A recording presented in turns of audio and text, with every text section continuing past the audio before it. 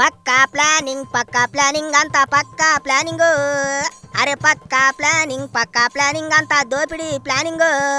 మరే మామూలుగా ఉండదు వైసీపీ దొంగల ముఠ ప్లానింగ్. రాష్ట్రంలో ఎంత మద్యం తయారవుతుంది, ఎంత అమ్ముడవుతుంది, ఎన్ని డబ్బులు వస్తున్నాయి, ఈ లెక్కపత్రం ఏటీ లేకుండా చేశారు. వేల కోట్లు ఎక్కడికి వెళ్ళాయో, ఏటి చేశారో ఎవరికి తెలీదు. జగనన్న రాగానే అప్పటి వరకు ఎక్సైజ్ శాఖ వాడిన సాఫ్ట్వేర్ ను పక్కన పారేశారు. అంటే ఏటన్నట్టు వైసీపీ వాళ్ళు ఎంత చెబితే అంత రాసుకున్నారు ఎక్సైజ్ అధికారులు. 5 ఏళ్ల పాటు ఎడాపెడా దోచేశారు. ఆన్లైన్లో ఉంటే అంతా రికార్డ్ అవుతుందని కేవలం చేత్తో సంతకాలు ఎట్టి ఆర్డర్లు ఇచ్చారట. ఎంతమంది తయారవుతుంది, ఎంత అమ్ముకున్నారు, ఎన్ని డబ్బులు వచ్చాయి అన్ని కాగితాల మీద రాసుకున్నారట. డిజిటల్ పేమెంట్లు వాడితే మళ్ళీ వాటి లెక్కంతా తెలుస్తుంది కాబట్టి వాటిని కూడా దూరం పెట్టారు. ఇట్టావో పక్కా ప్లానింగ్ ప్రకారం వ్యవహారం నడిపించారన్నట్టు. ప్రస్తుతం కటకటాల్లో ఊచలు లెక్క పెడుతున్న రాజకేశ్ రెడ్డి కూడా ఇదే విషయం చెప్పాడట. పార్టీకి డబ్బులు వచ్చేలా లిక్కర్ పాలసీ ఉండాలి అని చెప్పాడట జగనన్న. అందుకే ప్రభుత్వమే మద్యం షాపులు నడిపించేలా నిర్ణయం తీసుకున్నారట.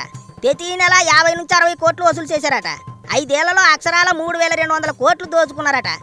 ఊరు పేరు అడ్రస్ లేని కంపెనీల పేరు చెప్పి మద్యం దందా నడిపించారు.